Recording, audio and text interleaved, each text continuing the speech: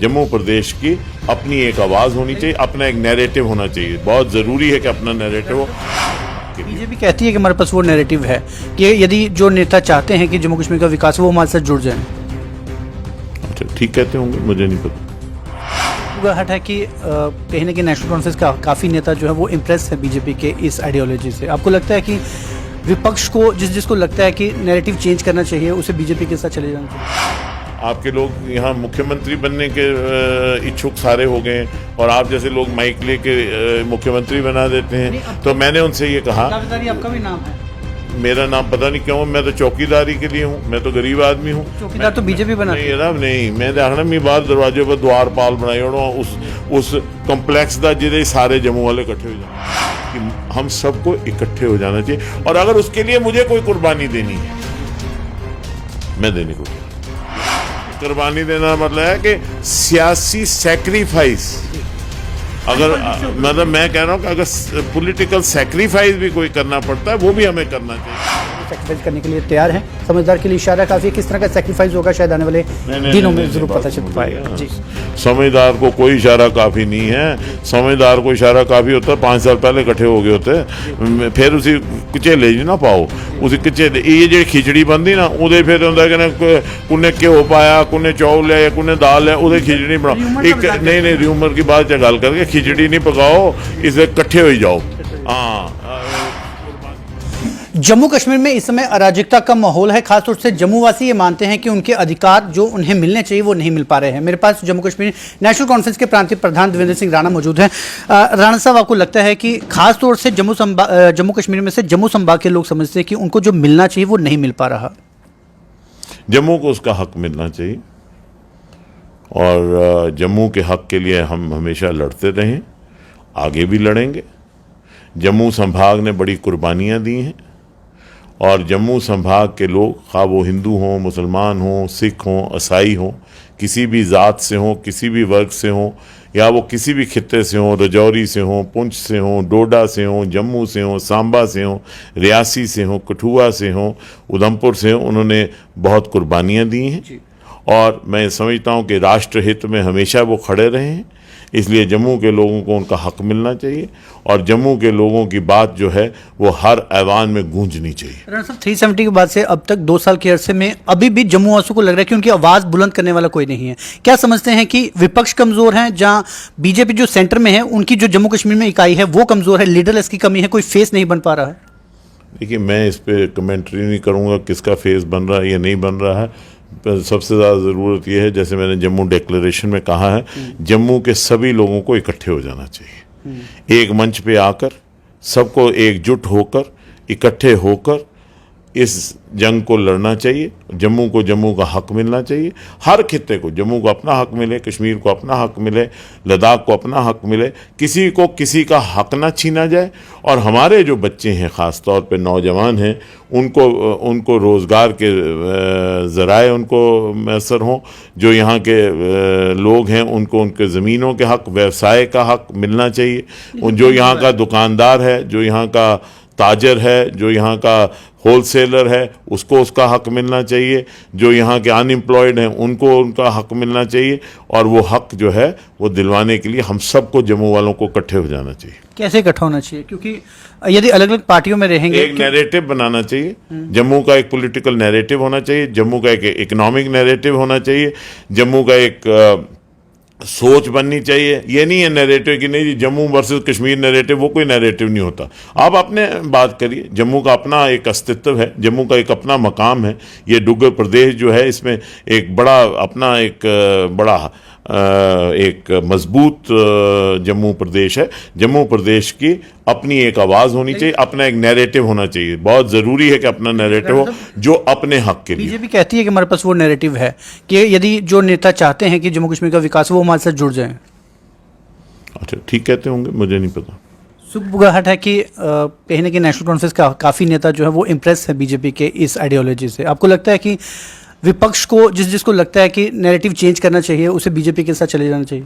मैं तो सिर्फ एक बात को जानता हूं कि सबको इकट्ठे हो जाना चाहिए जम्मू पे। ये तो आपसे पहले मैं अभी आशीष कोहली जी से भी ये बात कर रहा था। मैं ये आज से नहीं, पिछले 5 साल से ये कह रहा हूं कि जम्मू के जितने भी नेतागण हैं उन सबको इकट्ठे हो जाना चाहिए। और मैंने ये भी हमेशा कहा कि मैं भिक्षु बन के जाने को तैयार हूँ। मैंने भाजपा को भी कहा, मैंने कांग्रेस को भी कहा, मैंने नेशनल कॉन्फ्रेंस को भी कहा, मैंने PDP को भी कहा, मैंने अपनी पार्टी को भी कहा, मैंने हर सिविल सोसाइटी के लोगों को कहा, इंटेलेक्चुअल्स को कहा कि आप सब जम्मू के लोग जो हैं इकट्ठे हो जाइए, क्योंकि जम्मू के लोग जब अलग अलग होंगे, जम्मू के लीडर अलग अलग होंगे तो जम्मू का बेहतरी नहीं होगी। और उसके लिए मैंने हर एक को जाके मिला, मैं हर एक को मिला, मैं छोटे को भी मिला, बड़े को भी मिला, मैंने हर एक से गुजारिश की, हर एक को चिट्ठी लिखी। कुछ लोगों ने जवाब भी दिए, लेकिन कुछ बड़े सीनियर लीडर्स जो हैं उन्होंने ये कहा कि आप पहले सबको इकट्ठा करिए। मैं ये कोशिश कर रहा हूँ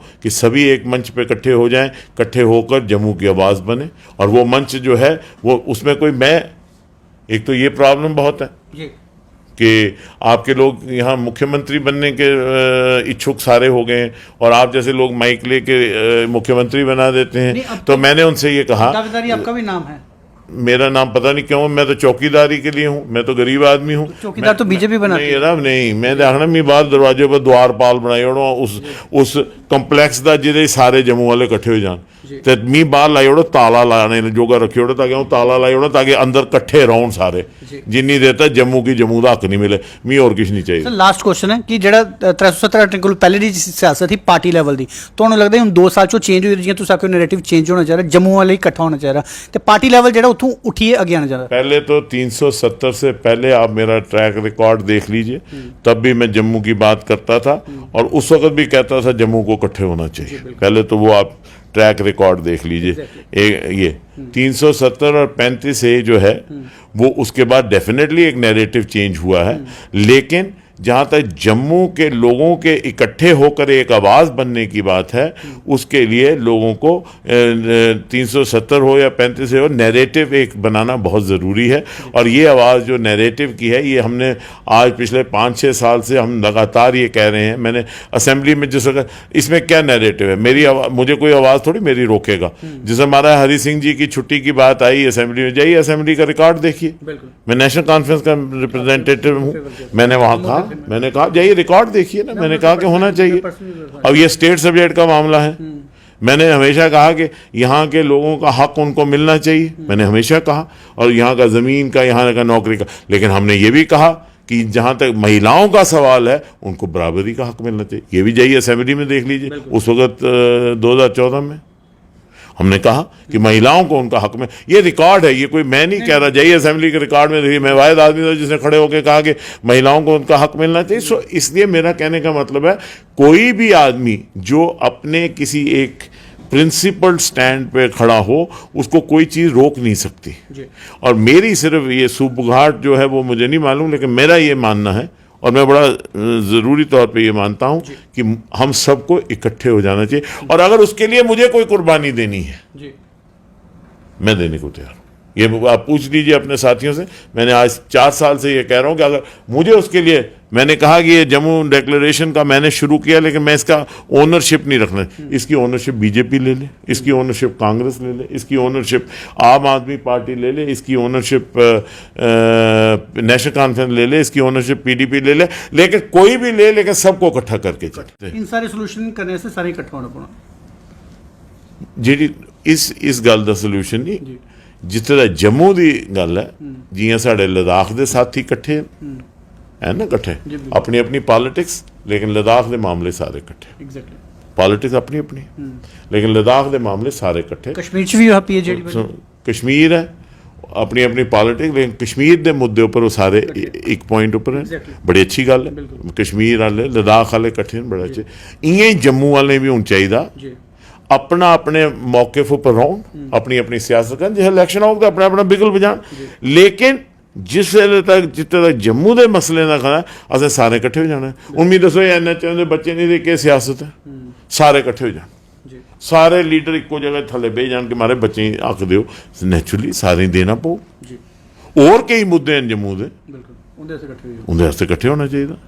अज 6565 सीटां बदियां, क्यों प्रोटेस्ट करना पिया आटोमैटिकली होना चाहिए जी वधिया ना सीटां लेकिन हुण सीटां वधिया ते कालजें च इंफ्रास्ट्रक्चर होना चाहिए जम्मू के कालजें च इंफ्रास्ट्रक्चर बनना चाहिए मैं गवर्नर थोड़े मनोज सिन्हा साहब बड़े एक नामी ग्रामी सियासतदान हैं और सूझबूझ रखते हैं और काफ़ी उन्हें डिवेलपमेंटल एक्टिविटी करा दें मैं समझना उनके तक भी थोड़े माध्यम तो ये आवाज़ पहुँचाचे कि इन बच्चों के उपर एक लीगल उपर नहीं जाओ अगर तो लीगल फ्रेमवर्क उपर जाओगे कदों लगे बच्चे कल आखा इन्ने दिन दे लगे भावें एक दिन लगे 2 दिन लगे 4 दिन लगे 6 महीने लगे साल लगे अज इनकी ज़रूरत है इन्हें बच्चे ऑब्जर्व कर लो इन्हें किसी ना किसी काम ही लाओ इन्हें कोई ना कोई इन्हें रिवार्ड दो इन्हें आनर करो कि ये उस इनके माँ प्यो के सोचते होने माफ़ी चाहना जिसे घर कोई बच्चा या बच्ची आउंदा होना ना माँ प्यो जो वो डरते होने क्यों कि हो सकता बीमारी लिए घर आई जाए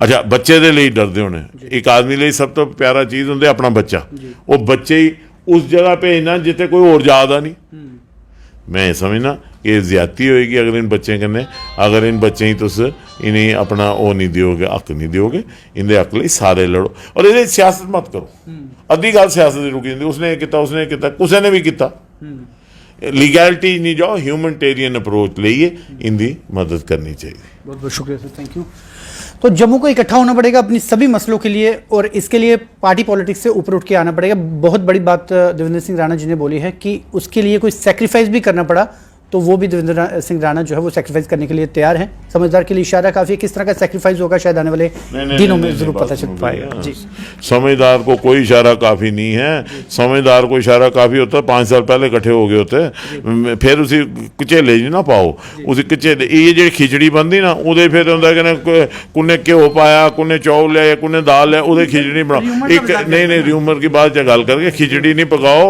इसलिए कट्ठे हो जाओ हाँ कुर्बानी देने का मतलब ये थोड़ा को मैं अपनी जान कढ़ा ना कुर्बानी देने का मतलब है कि सियासी सैक्रीफाइस अगर मतलब मैं कह रहा हूँ कि अगर पॉलिटिकल सैक्रीफाइस भी कोई करना पड़ता है वो भी हमें करना चाहिए अगर ये लगता है कि ये कोई मसला हल हो रहा है और इसमें आप लीडर बन सकते हैं तो मुझे अपना पॉलिटिकल सैक्रिफाइस करके आपको कहना है आप लीडर बने लेकिन हल जम्मू का जरूर करें ये गल बड़ी बात है समझनी पड़ेगी यदि जम्मू को एक बार फिर से वापस प्लेटफॉर्म पे लाना चाहते हैं जिसमें जम्मू और कश्मीर किसी के साथ भेदभाव ना हो तो देवेंद्र सिंह राणा जी की इन सभी बातों को गहनता से सोच विचार जरूर करना पड़ेगा आप जुड़ रहे हैं व्यू स्टूडियो न्यूज़ के साथ इजाजत दीजिए नमस्कार।